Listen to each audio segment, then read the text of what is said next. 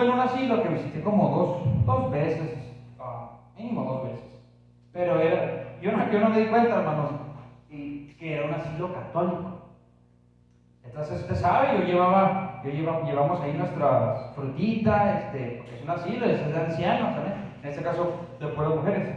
Y llevamos la frutita, llevamos ahí para que se gocen, y ahí les damos un mensajito.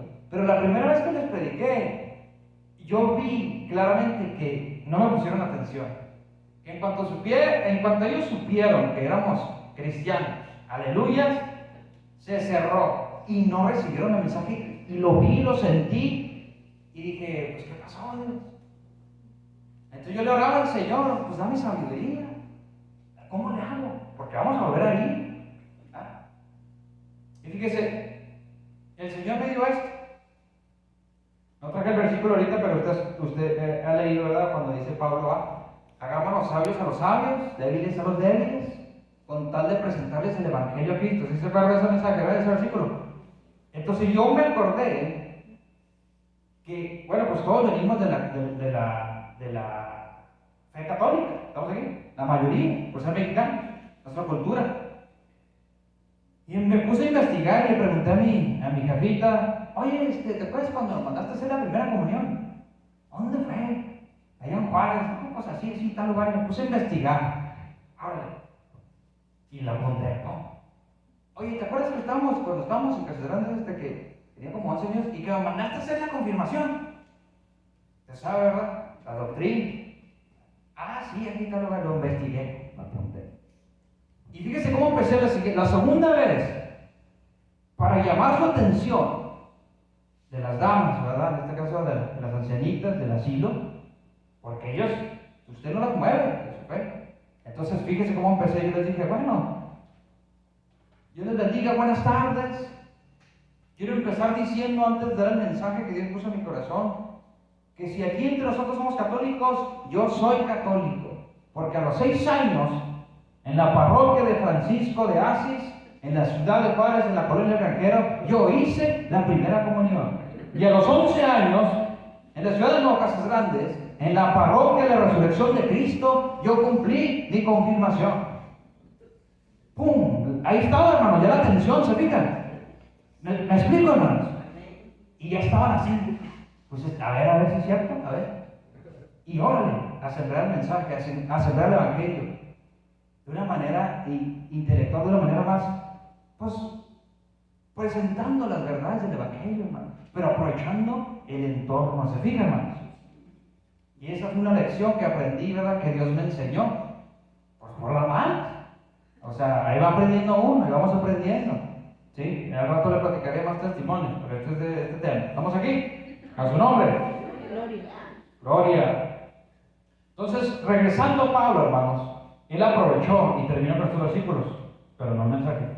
Dice, pero cuando oyeron lo de la resurrección de los muertos, dice, unos se burlaban y otros decían, ya te oiremos acerca de esto otra vez. Y así Pablo salió en medio de ellos. Pero fíjense en el versículo 34, que usted y yo sabemos y confiamos que aunque nuestros ojos no vean nada, que Dios siempre hace algo. ¿Está aquí? Amén.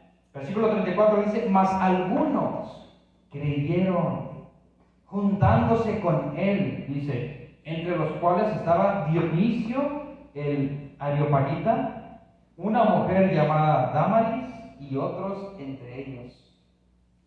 Siempre la obra del Señor, hermanos, siempre va a traer algo, nunca vuelve vacía. Amén. A veces no lo vemos, a veces nuestros ojos no lo ven, pero como dice la palabra de Dios, uno siembra, otro riega, mas Jehová da el crecimiento. Pero Dios quiere utilizarnos, hermanos. Dios quiere usar nuestras vidas. Tenemos que estar dispuestos. Tenemos que ser unos vasos listos para que Dios nos use y mandar esa agua, ese evangelio a toda la persona. Recuerda que le dije, le voy a encargar tarea. ¿Cuántos evangelizamos esta semana? Amén. No me digan, no son montones, porque después no acabamos el culto. Pero para la próxima, hermanos, acérquese conmigo. Oiga, hermano, yo evangelicé a uno. Quiero dar el testimonio de cómo fue. Gloria a Dios, nos gozamos. Nos gozamos, ¿ok, hermano? Entonces, de aquí al otro, tiene una semana para evangelizar a uno. presentarle a Cristo. ¿Cómo? Como Dios le dé. Pero vea usted los diferentes tipos de evangelismo, los diferentes tipos de estilos. Hay un testimonio, hermanos, bien impactante de un estadounidense, se llama Lee Strobel. Y hace poco hicieron una película de él. Si usted quiere que se la preste, yo se la presto, la tengo en la casa en DVD. Se llama El caso por Cristo. Este personaje, Lee Strobel, a sus 29 años de edad, él era un detective, hermanos, reconocido ahí en la ciudad donde habitaba, por sus esfuerzos. Era un detective trabajaba con la policía, hacía los casos, hermanos, de homicidio, todo eso. Una persona bien inteligente. Y una tarde que estaban celebrando una promoción que le dieron ahí en su área de trabajo, su hija, hermanos, se empezó a atragantar en el restaurante. Nadie sabía el CPR, nadie pudo auxiliarla, no más que una mujer que ya estaba a punto de irse, que no iba a estar en ese restaurante, que resultaba ser una hija de Dios. ¿Sería coincidencia? Claro que no, ¿verdad? Pero fue ese momento lo que Dios utilizó para primero enganchar a su esposa. Entonces, ¿qué fue lo que pasó? Que esta hermana, Cristo, era enfermera y rápidamente auxilió y alcanzó a salvar a la niña. Ya estaba poniendo moral, ya se iba a morir la niña. ¿Sí? Entonces, ese señor se quedó muy impactado, fue, la buscó, le agradeció y empezó a hablar. Yo sé que no fue casualidad. Y ya pues, la hermana de Cristo le empezó a predicar del Señor, le invitó a la iglesia, ella empezó a asistir. Y para Lee Strobel esto fue algo muy impactante, porque él mismo le decía a su niña y en su casa reinaba, hermanos, un aire de que eran ateos, de que ellos llevan su vida no por fe, por cosas que no se ven, sino por las cosas que se pudieran explicar lógicamente, científicamente palpables. En eso él tenía su fe puesta, ¿sí? En hechos. Entonces, este detective, hermano, se da cuenta que le dieron en el mero ego, en su mero corazón. Y él no supo, pero fíjese lo que empezó a hacer. Él le daba coraje que su esposa empezara a ir a los servicios de la iglesia. Empezó a ir, y luego la niña le dice, estamos hablando por ti, papá. Y más coraje le daba porque él era ateo. Él no creía en este tipo de cosas, así lo llamaba él, ¿no? Pues él no se dio cuenta que Dios lo empezó a utilizar. Y él ha escrito muchos libros, hermanos, pero fíjense de qué tipo de evangelismo él abrazó. Es el evangelismo intelectual que le digo. Le dijo a su esposa, mira, te voy a comprobar con hechos, con verdades absolutas, de que Cristo no resucitó. Y usted sabe, un detective, hermanos, un detective junta un expediente y empieza con diferentes tipos de pruebas.